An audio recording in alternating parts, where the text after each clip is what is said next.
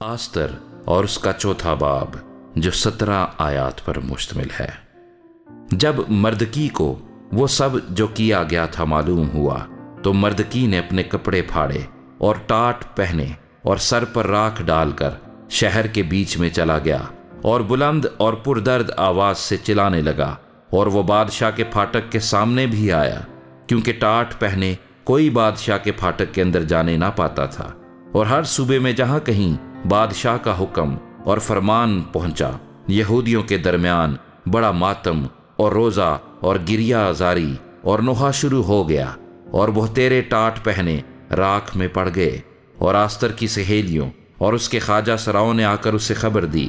تب ملکہ بہت غمگین ہوئی اور اس نے کپڑے بھیجے کہ مردکی کو پہنائیں اور ٹاٹ اس پر سے اتار لیں، پر اس نے ان کو نہ لیا۔ تب آستر نے بادشاہ کے خواجہ سراؤں میں سے حتاک کو، جسے اس نے آستر کے پاس حاضر رہنے کو مقرر کیا تھا، بلوایا اور اسے تاکید کی کہ مردکی کے پاس جا کر دریافت کرے کہ یہ کیا بات ہے اور کس سبب سے ہے۔ سہتاک نکل کر شہر کے چوک میں جو بادشاہ کے پھاٹک کے سامنے تھا مردکی کے پاس گیا۔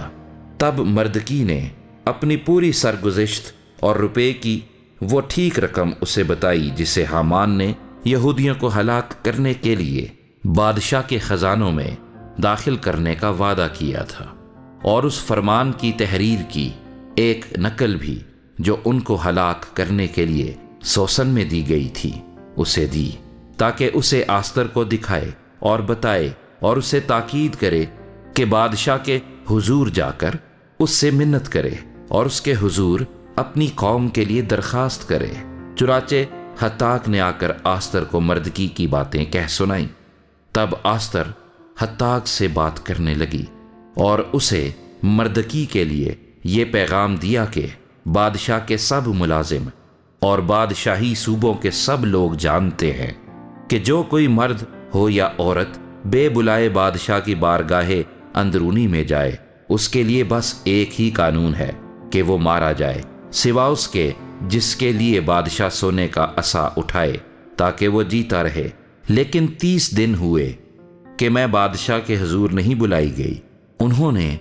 مردکی سے آستر کی باتیں کہیں۔ تب مردکی نے ان سے کہا کہ آستر کے پاس یہ جواب لے جائیں کہ تو اپنے دل میں یہ نہ سمجھ کہ سب یہودیوں میں سے تو بادشاہ کے محل میں بچی رہے گی، کیونکہ اگر تو اس وقت خاموشی اختیار کرے تو خلاصی اور نجات یہودیوں کے لیے کسی اور جگہ سے آئے گی، پر تو اپنے باپ کے خاندان سمیت ہلاک ہو جائے گی، اور کیا جانے کہ تو ایسے ہی وقت کے لیے سلطنت کو پہنچی ہے۔ تب آستر نے ان کو مردکی کے پاس یہ جواب لے جانے کا حکم دیا کہ جا اور سوسن میں جتنے یہودی موجود ہیں ان کو اکٹھا کر، اور تم میرے لیے روزہ رکھو، اور 3 روز تک دن اور رات نہ کچھ کھاؤ نہ پیو۔ میں بھی اور میری سہیلیاں اسی طرح سے روزہ رکھیں گی،